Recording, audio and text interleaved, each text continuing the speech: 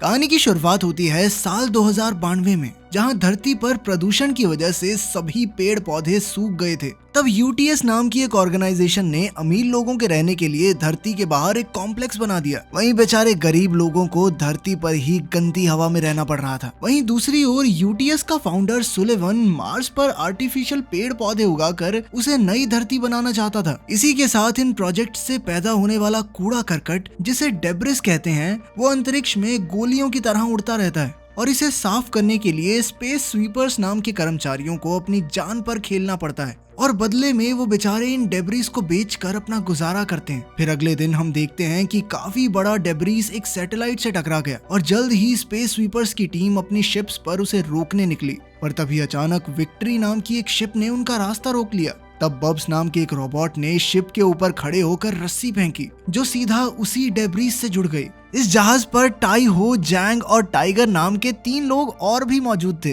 और सभी space sweepers में इन चारों की सबसे जबरदस्त टीम थी और वो जल्दी से डेब्रिस को अपने कंट्रोल में लेकर बाकी सबसे बचते बचाते फैक्ट्री में पहुंचे, जहां सारे कूड़े करकट को तोड़कर उससे अलग अलग चीजें बनाई जाती थी। दरअसल टाई हो की बेटी उससे बिछड़ गई थी और वो उसे ढूंढने के लिए हर मुमकिन कोशिश कर रहा था। उसने सरकारी अफसर को अपने बचे खुचे चावल के दाने दिए ताकि वो मॉर्ग में आई हुई नई लाशें देख सके। वो अक्सर ऐसा करता था और इस बार भी ये लाश उसकी बेटी की नहीं थी। ताई हो ने जो भी मशीन इकट्ठा की उन्हें बेच दिया, मगर उसके बहुत ही कम पैसे मिले। आखिरकार उनकी टीम अब भी घाटे में ही चल रही थी। ये देखकर ताई हो को गुस्सा आ गया, मगर क्लर्क ने उसे चाकू दिखाकर शांत बैठने को कहा। तभी उन्होंने टीवी पर खबर देखी कि डोरोथी नाम का एक एंड्रॉयड रोबोट चोरी हो गया है, जिसे ब्लैक फॉक्सेस नाम के विरोधियों ने यूटीएस ऑफिस से चुरा लिया था। ये लड़की जैसा दिखने वाला रोबोट बेहद मासूम सा लगता था, मगर इसके अंदर बहुत ही खतरनाक हथियार छुपाए गए थे। इसीलिए लोगों को इसे देखते ही पुलिस को खबर करने की सूचना दी गई,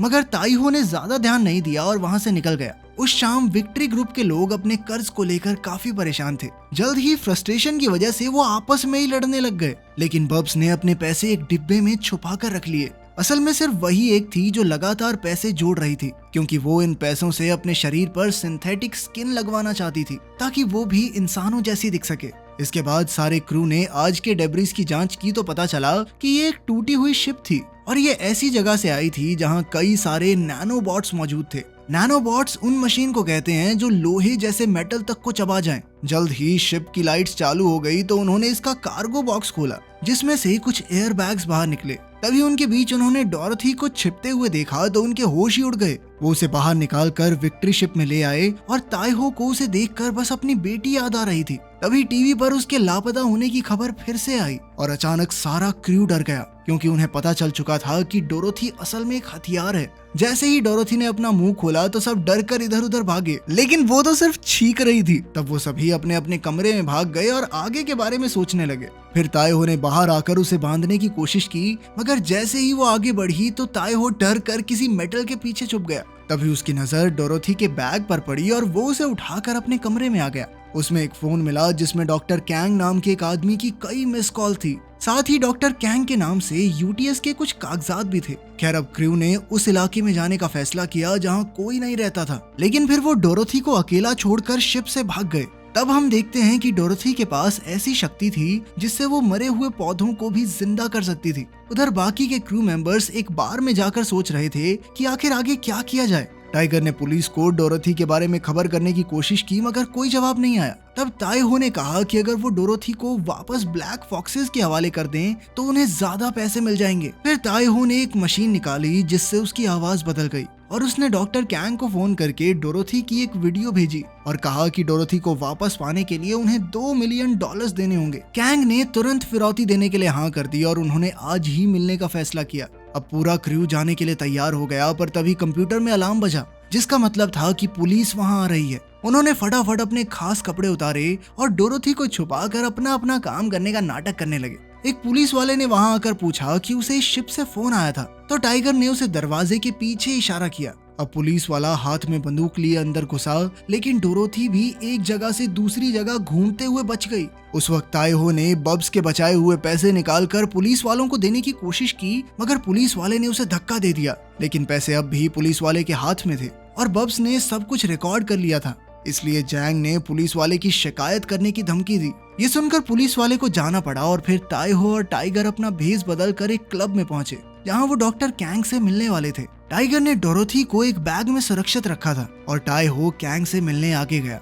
तभी हम देखते हैं कि थोड़ी सी दूर एक बालकनी में कुछ गार्ड्स निशाना लगाने को तैयार खड़े थे। इधर कैंग ने टाइगर और ताइहो को पैसों का बैग दिया, लेकिन जब उन्होंने बैग खोला तो पता चला कि डोरोथी तो भाग गई थी। डोरोथी अब डांस फ्लोर पर जा पहुंची थी और वहां जब लोगों ने उसे देखा तो सभी वहां जमे रह गए। तभी सबके डिवाइसेस पर डोरोथी के लापता होने की खबर आई और सभी डर कर पीछे हट गए। उसी पल गार्ड्स ने वहां धुआंधार गोलीबारी शुरू कर दी, मगर ताइहो ने अपनी जान पर खेलकर डोरोथी को बचाया। तभी वहां अफरा तफरी मच गई और डॉक्टर कैंग डोरोथी तक पहुंचने की कोशिश कर रहा था, मगर लोग उसे आगे आने ही नहीं दे रहे थे। इधर ताइहो और टाइगर कैंग को ढूंढ रहे थे कि तभी एक गार्ड ने उस पर गोली चला दी, मगर डोरोथी ने अपनी पावर से उनके आसपास एक शील्ड बना दी जिससे कोई भी गोली उन तक पहुंच ही नहीं पाई। मगर गार्ड्स भी अंत तक गोलीबारी करते रहे और उन्हें लग रहा था कि उन्होंने सबको मार दिया है। मगर टाइगर और ताइहो तो डोरोथी को साथ लेकर विक्ट्री शिप में भाग गए थे।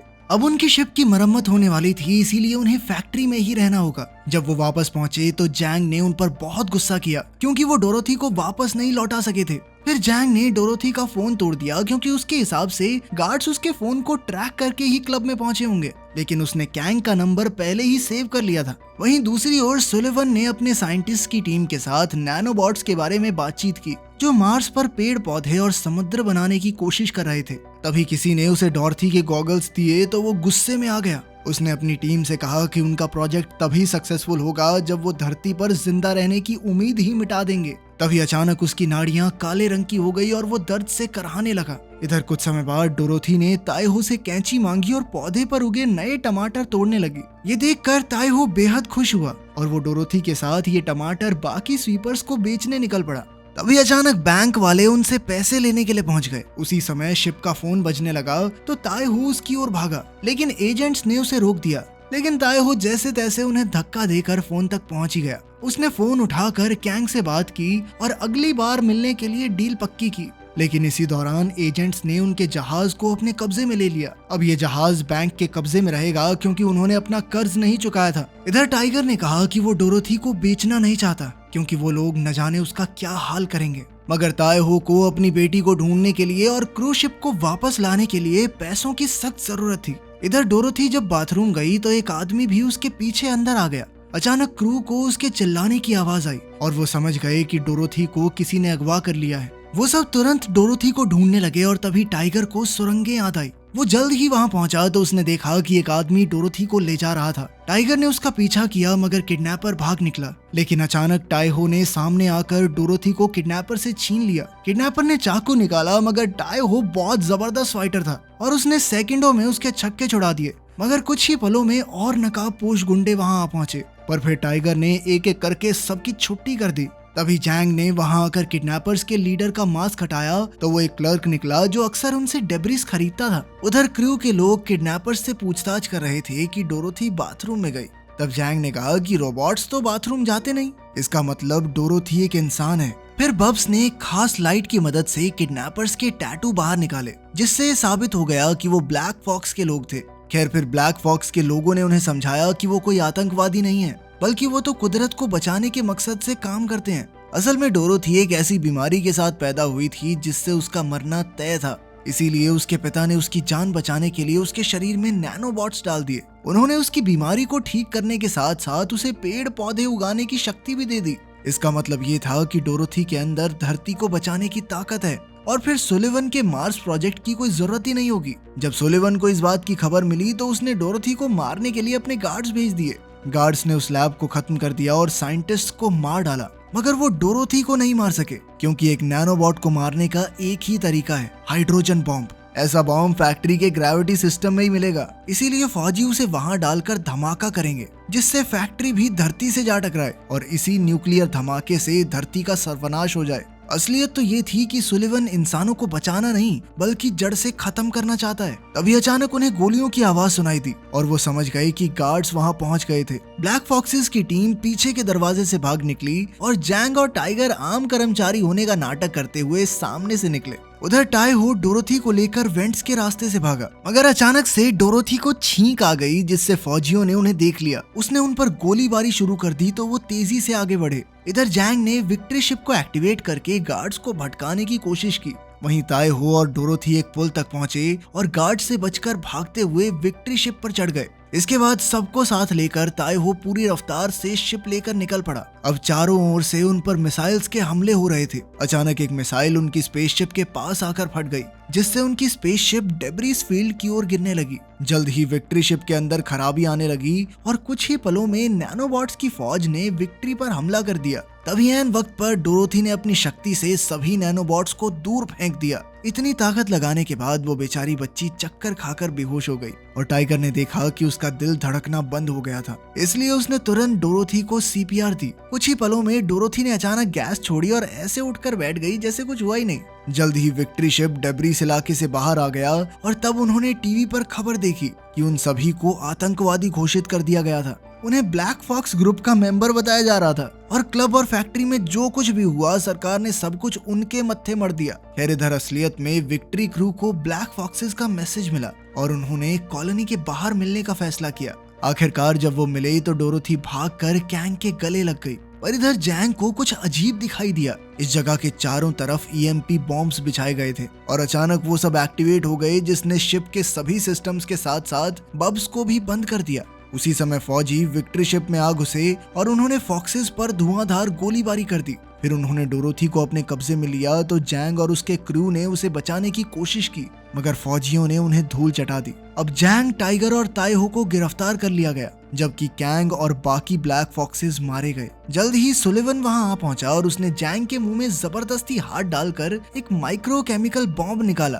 ताकि जैंग के पास बलिदान देने का ऑप्शन ना रहे। हालांकि जैंग, टाइगर और ताइहो तीनों उसके दुश्मन थे, मगर उसने उनमें से किसी को भी मारा नहीं, बल्कि उसने डोरोथी की कीमत लगाकर ढेर सारे पैसे उनके सामने फेंक दिए और ताइहो का मजाक उड़ाकर कहने लगा कि अब इन पैसों से वो अपनी खोई हुई बेटी को ढूंढ सकता है। इसके बाद सुलिवन ने अपने आदमियों को हुक्म दिया कि डोरोथी को फैक्ट्री में बंद करके उसे सीधा धरती से टकरवा दो। इसके बाद सुलिवन ने घोषणा की कि मार्स पर जीवन संभव हो गया है, अब वहाँ का वातावरण सही है, इंसान वहाँ जाके रह सकते हैं। वहीं दूसरी तरफ विक्ट्री शिप में ताइहो अपने हिस्से के पैसे इकट्ठे कर रहा था, पर बाकियों ने इस हराम के पैसे को हाथ लगाने से साफ मना कर दिया, बल्कि वो तो कैसे भी करके डोरोथी की जान बचाना चाहते थे। ताइहो ने उन्हें कहा कि इसमें वो भी जिंदा नहीं बच पाएंगे, मगर उन्हें इस बात की कोई परवाह नहीं थी। जब डोरोथी को हाइड्रोजन बॉम्ब से बांधा गया, ताइहो सर्च कंपनी के पास गया और उन्हें अपनी बेटी को ढूंढने के लिए पैसे दिए। इंतजार करते हुए उसने अपनी बेटी की पुरानी चीजें देखी, जिनके अंदर उसके लिए प्यार भरे शब्द लिखे हुए थे, जबकि उन दिनों तो वो बस एक शराबी था जो अपनी बेटी को इग्नोर करता था। वो चिट्ठियां पढ़कर उसे जल्द ही एहसास हो गया कि वो गलत कर रहा है। ताइहो तुरंत वापस विक्ट्री शिप पर भाग आया और डोरोथी को बचाने के लिए सबकी मदद करने के लिए तैयार हो गया। ताइहो अब जहाज को जितनी तेज हो सकता था उतना उड़ा रहा था। वहीं जैंग ने अपने पुराने दिनों वाली गन निकाली और शिप के बाहर खड़े होकर आने वाले सोल्जर्स पर फायरिंग करनी शुरू कर दी। वो सबको संभाल नहीं पा रही थी तो बब्स ने बाहर आकर उसकी मदद की, लेकिन अब एक खतरनाक मिसाइल उनके पीछे आ रही थी। अब ताइहो ने जहाज को फुल स्पीड में उड़ाना शुरू कर दिया। ऐसा लग रहा था मानो वो धरती से टकराने वाला है, लेकिन फिर ऐन वक्त पर सीधा कर दिया। उनका पीछा करती हुई मिसाइल्स इतनी तेज नहीं थी और वो अर्थ की ग्रेविटी की चपेट में आ गई। कुछ जहाज अभी भी उनका पीछा कर रहे थे, लेकिन वो अपनी शिप को तेजी से दौड़ाकर टाइम पर फैक्ट्री में एंटर कर गए। वो सभी जल्दी से ग्रेविटी चेंबर में घुसे और डोरोथी को बचा लिया। जैंग ने बम की प्रोग्रामिंग को चेक किया तो पता चला कि डेटोनेटर उसके अंदर ही है, इसीलिए अगर वो उसे हैक करने की कोशिश भी करेगी तो बम फट जाएगा। उन्हें समय रहते डोरोथी को इस बम से 5000 किलोमीटर दूर ले जाना होगा, ताकि शॉक वेव्स उसके नैनोबॉट्स को खराब ना कर दें। पर तभी एक सोल्जर वहां आ गया, जिसने जल्दी से ताइहो और जैंग को बेहोश कर दिया। टाइगर ने डोरोथी से कहा कि जल्दी से शिप पर वापस भागो, जबकि बब्स उस सोल्जर से लड़ने की कोशिश कर रही थी, लेकिन उस सोल्जर ने उसे भी हरा दिया। लेकिन फिर टाइगर ने उस सोल्जर को एक कॉरिडोर में धक्का दिया और पीछे से दरवाजा लॉक कर दिया। पूरी ताकत लगाने के बावजूद भी टाइगर उस सोल्जर से नहीं जीत पाया। आखिरकार टाइगर ने हैच खोल दिया, जिस वजह से प्रेशर चेंज की वजह से वो दोनों बाहर खींचे गए। वो सोल्जर बहुत ताकतवर था, मगर टाइगर ने अपने दिमाग से उसे मात दे ही दी। वो सब वहां से निकलने को तैयार थे, पर तभी उन्हें पता चला कि अटैक ड्रोन्स आ रहे हैं। अब जैंग ने दूसरे स्वीपर्स के साथ बात की और सुलिवन के इरादे बताते हुए उनसे मदद मांगी। जैंग ने जहाज को फैक्ट्री से जल्द बाहर निकाला, साथ ही ज्यादा से ज्यादा ड्रोन्स को शूट भी कर दिया। जब वो बाहर आए तो उन्होंने देखा कि सारे फैक्ट्री वर्कर्स और दूसरे स्वीपर्स अपनी शिप्स में इंतजार कर रहे थे। मिलकर काम करते हुए स्वीपर्स ने शानदार निशानों के साथ एक के बाद एक ड्रोन्स गिराने शुरू कर दिए, जिससे जैंग और उसके क्रू को जल्द से जल्द डोरोथी को बचाने के लिए उड़ने का मौका मिल गया। इसी बीच सुलिवन ने जो कुछ भी कहा था उसकी एक रिकॉर्डिंग न्यूज चैनल्स को भेज दी गई और अब पूरी इंसानियत को उसका सच पता चल गया था। गुस्से से भरा सुलिवन अपनी शिप में निकल पड़ा और विक्ट्री शिप को ढूंढकर उन्हें रोकने के लिए फायरिंग शुरू कर दी। जैंग दुश्मनों पर फायरिंग कर रही थी जबकि ताई हो फुल स्पीड में शिप को उड़ा रहा था। अचानक ही कुछ भारी चीजें आकर जैंग के ऊपर गिर गई, जिस वजह से वो फंस गई और वहीं सुलिवन ने एक मैकेनिकल आर्म से विक्ट्री जहाज पर हमला कर दिया,